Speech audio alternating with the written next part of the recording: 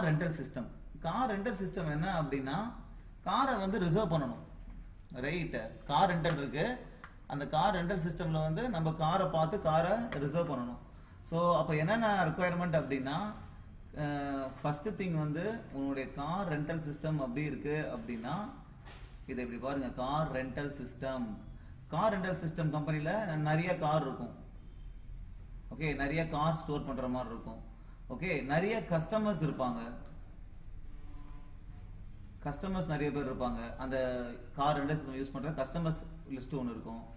அதுக்கப்புறம் எல்லா கஸ்டமர் என்ன பண்ணுவாங்க, ரிசர்வ் பண்ணுவாங்க. ரைட். ஸோ இந்த மாதிரி ஒரு ரெண்டல் சிஸ்டம் நம்ம டிசைன் பண்ணணும். ஓகே, கஸ்டமர் வந்து browse and reserve available cars, அதாவது எந்தெந்த கார்லாம் அவைலபிள்னு பார்த்து ரிசர்வ் பண்ண முடியணும்.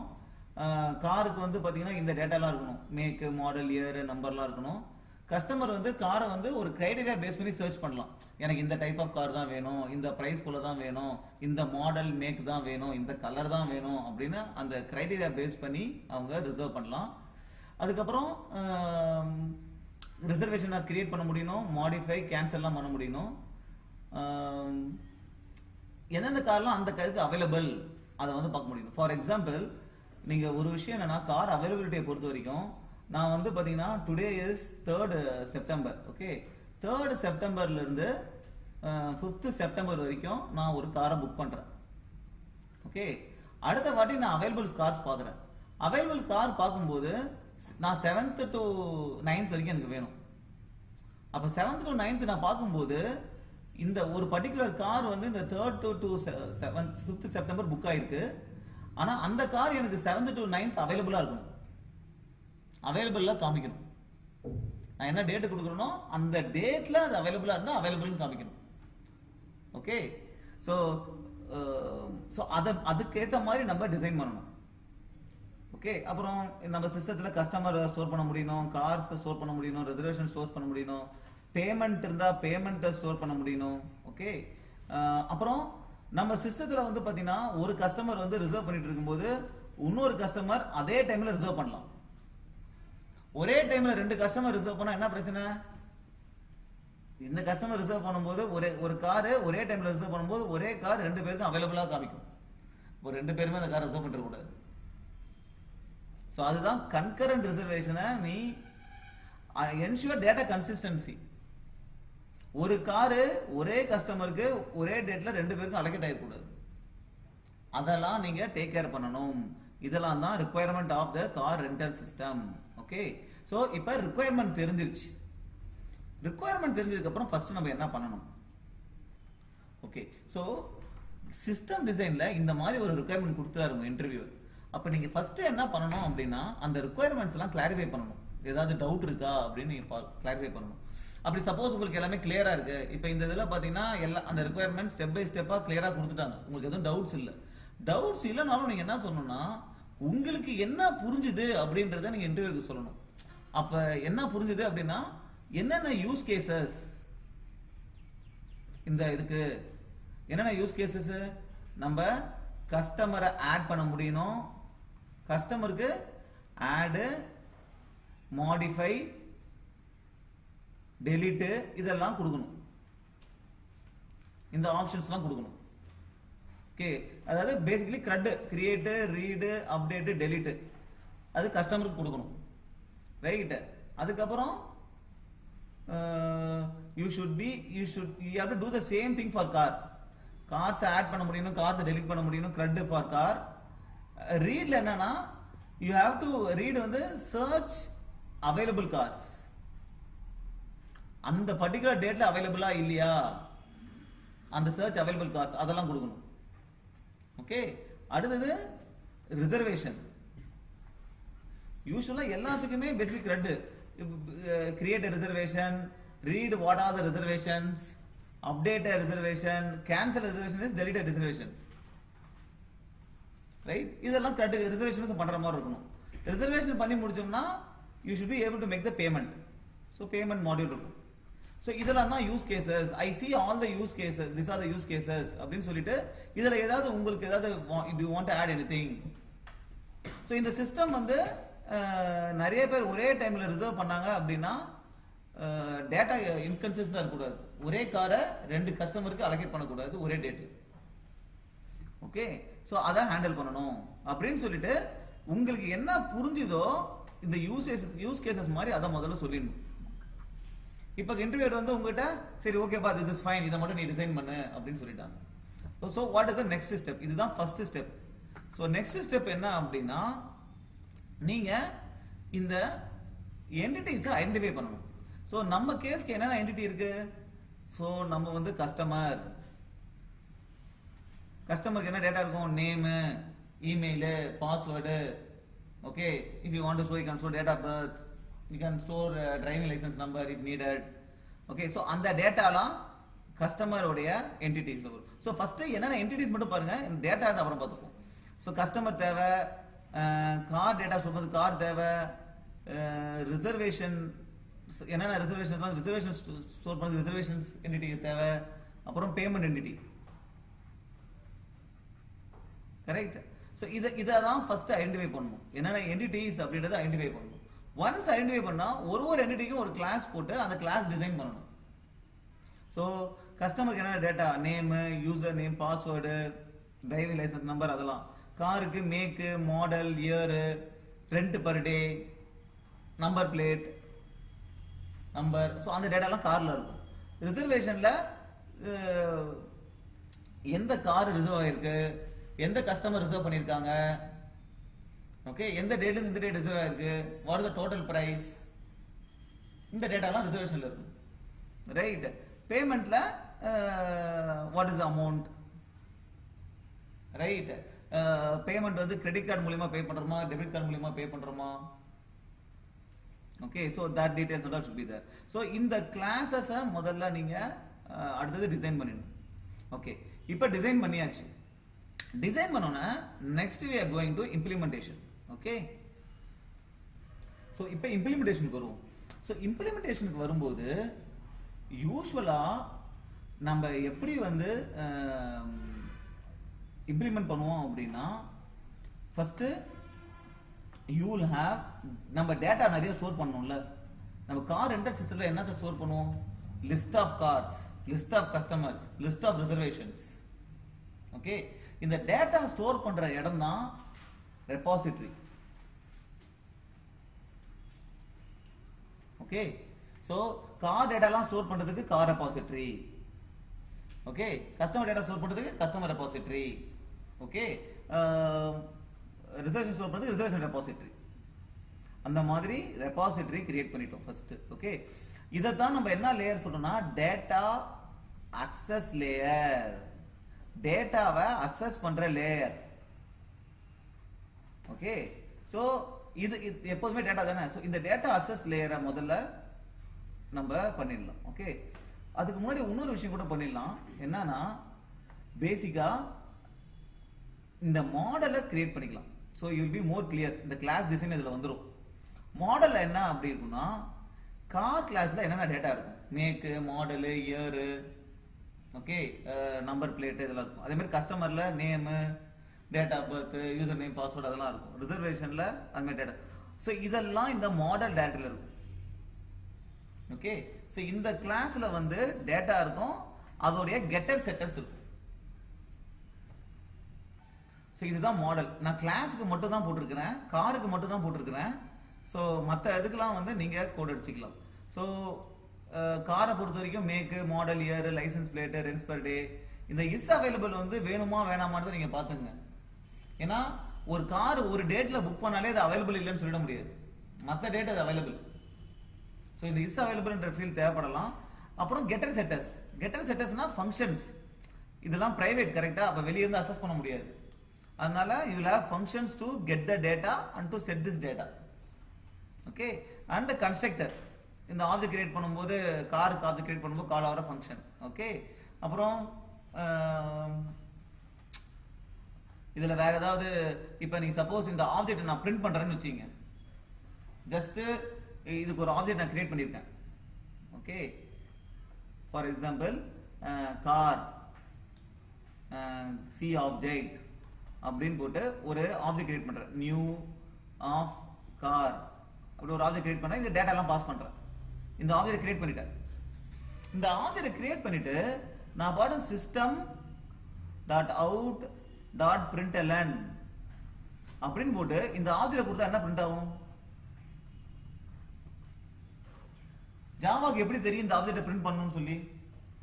ஜாவாக்கு தெரியாது, கரெக்டா? அப்ப இந்த ஆப்ஜெக்ட் பிரிண்ட் பண்ணா சும்மா ஏதோ ஒரு வேல்யூ தான் பிரிண்ட் ஆகும். அதுக்கு பதிலா நீ என்னன்னா இங்க toString மெத்தடை நீ இம்ப்ளிமெண்ட் பண்ணலாம். சோ எப்பப்பெல்லாம் ஒரு ஆப்ஜெக்ட் நீ பிரிண்ட் பண்றியோ இந்த toString மெத்தட் கால் ஆகும். இந்த toString மெத்தட் என்ன ரிட்டர்ன் பண்ணுதோ அதுதான் இங்க பிரிண்ட் ஆகும். சோ அந்த மாதிரி ஒரு toString மெத்தட் யூஸ் பண்ணிக்கலாம், ரைட்? சோ இத முதல்ல நீங்க இந்த மாடலை டிசைன் பண்ணணும். இது மாதிரி காருக்கு, கஸ்டமருக்கு, ரிசர்வேஷனுக்கு, பேமெண்ட்டுக்கு. சோ முதல்ல மாடல் என்ன இதை டிசைன் பண்ணிட்டீங்க. சோ இதுதான் first step. So first step is designing the model. Okay, so next step இப்போ நம்ம ரெபாசிட்டரிக்கு வரலாம். இப்போ மாடல் டிசைன் பண்ணிட்டீங்க. இப்போ இப்போ நம்ம என்ன டிசைன் பண்ணிருக்கோம்? ஒரு கார் ஸ்டோர் பண்றதுக்கு என்ன டேட்டா, ஒரு கஸ்டமர் ஸ்டோர் பண்றதுக்கு என்ன கிளாஸ், அதுதான் டிசைன் பண்ணிருக்கோம். ஆனா நம்ம இதுல ஸ்டோர் பண்ண வேண்டியது list of cars, list of customers. So இந்த டேட்டா எங்க நம்ம ஸ்டோர் பண்ணுவோம் அப்படின்னா ஒரு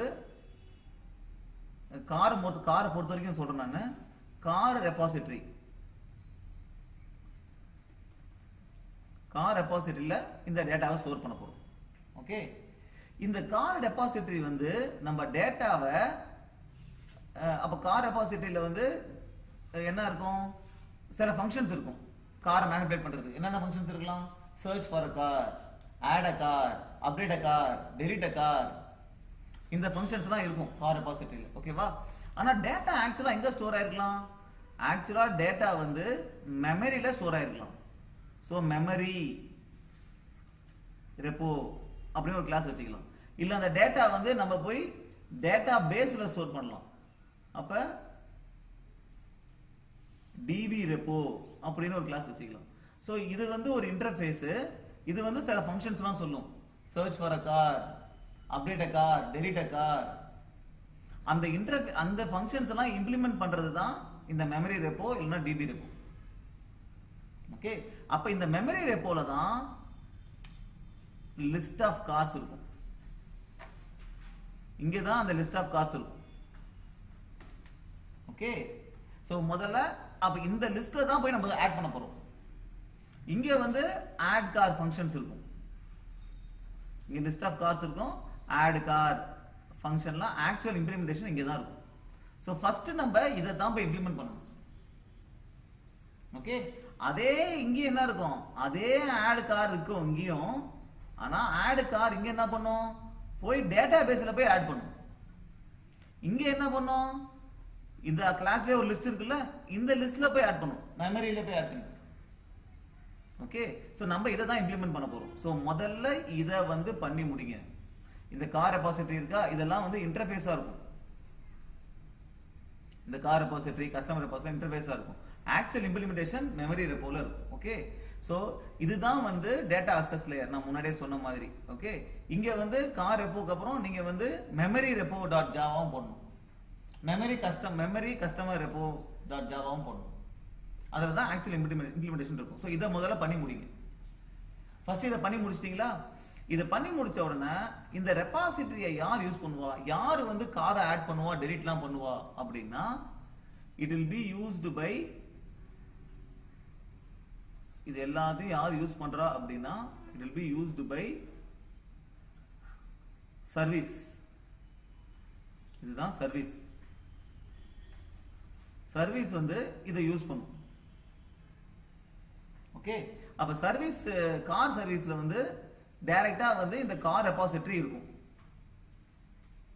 ஓகே, அப்ப சர்ச் பண்ணணும், ஏதாவது ஒன்று பண்ணணும்னா அந்த ரெபாசிட்டரி யூஸ் பண்ணியே பண்ணிடலாம். ஃபார் எக்ஸாம்பிள்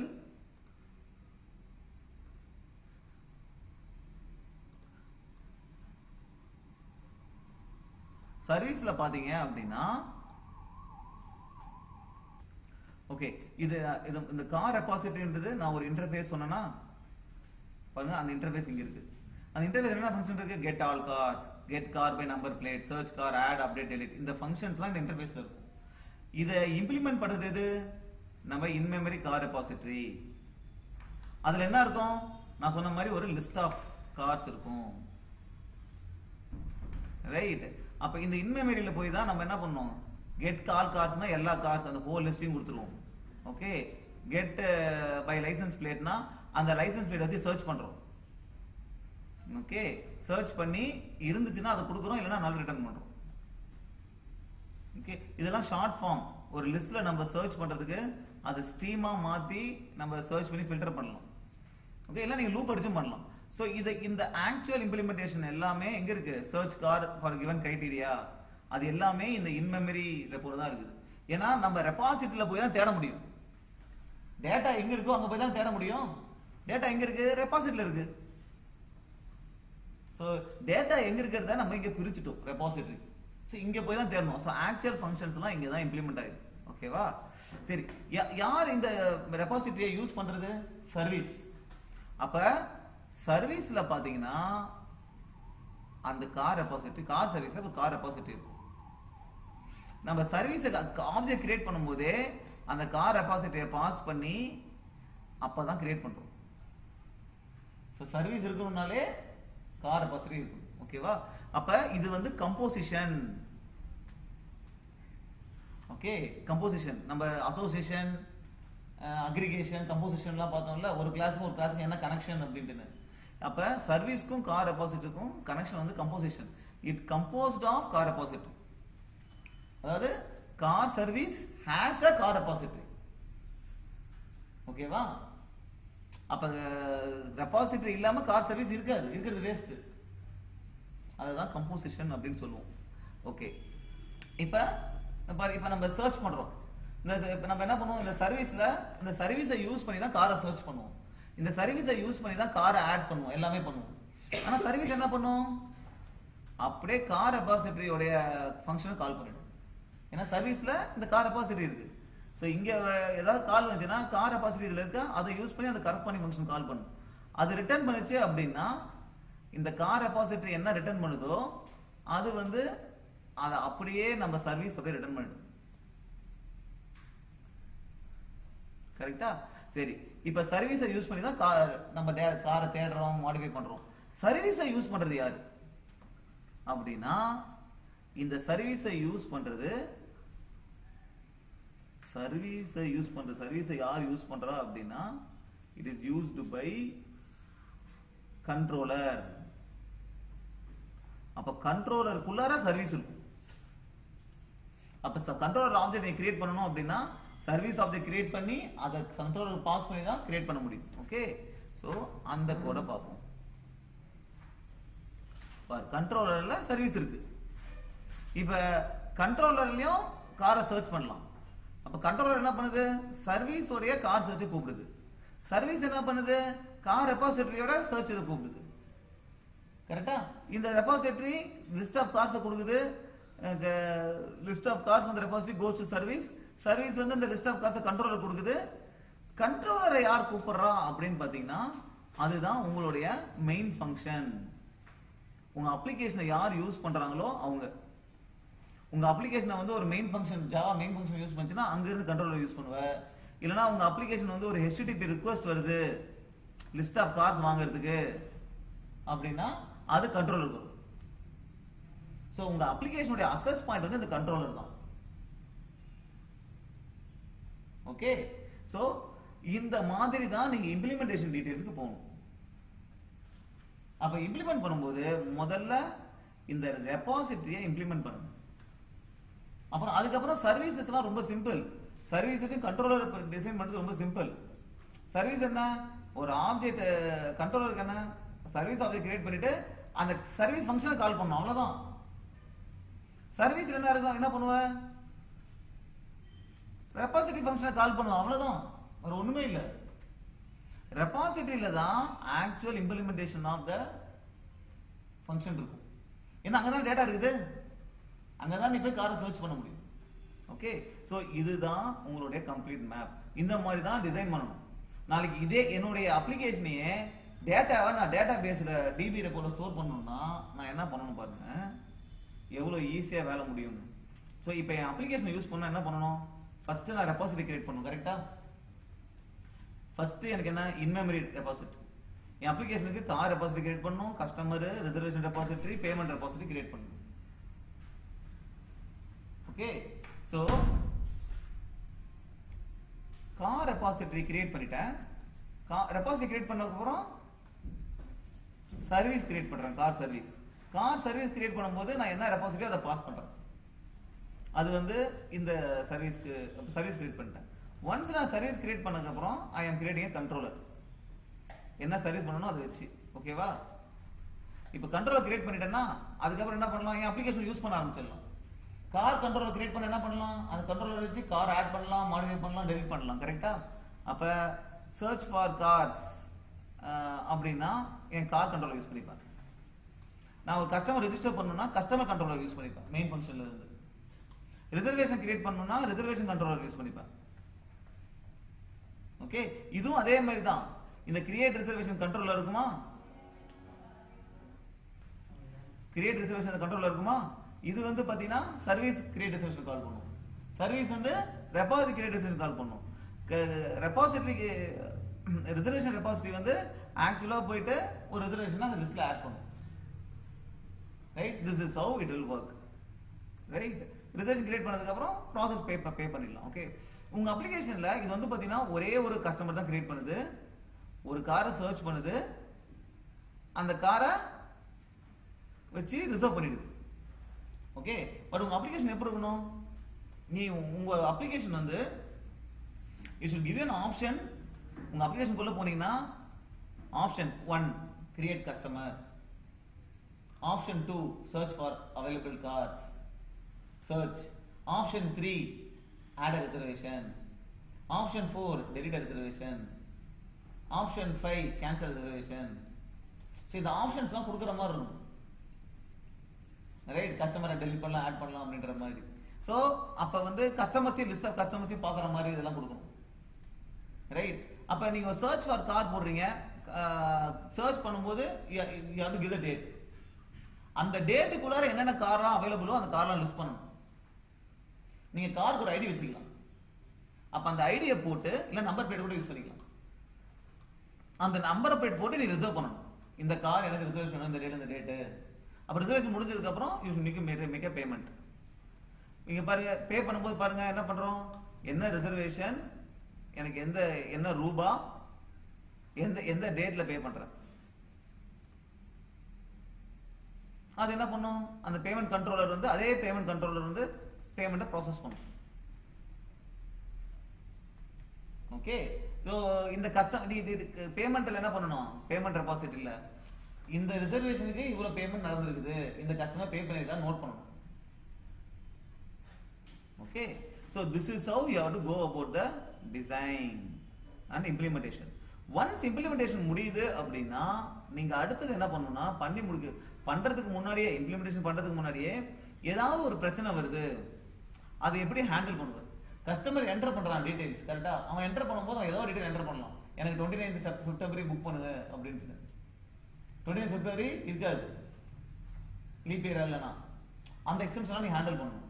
ஹேண்டில் பண்ணி கஸ்டமருக்கு என்ன சொல்லணும், date is not proper. Okay, அவன் இம்ப்ராப்பர் டீடைல்ஸ் என்டர் பண்றான், வேற ஏதாவது பண்றான், இந்த எக்ஸப்ஷன்ஸ்லாம் வந்துச்சுன்னா நீ ஹேண்டில் பண்ணணும்.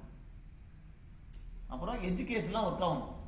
இப்போ நான் சொன்ன ஒரு எட்ஜ் கேஸ் கரெக்டா, அந்த கேஸ் எல்லாம் ஒர்க் ஆகணும். அதெல்லாத்தையும் நீ ஹேண்டில் பண்ணணும். அதெல்லாம் எப்படி ஹேண்டில் பண்றேன்னு பார்ப்பாங்க. மெயினா இந்த எக்ஸப்ஷன் ஹேண்டில் தான் ரொம்ப important. Okay, so this is how you have to go with the car rental design.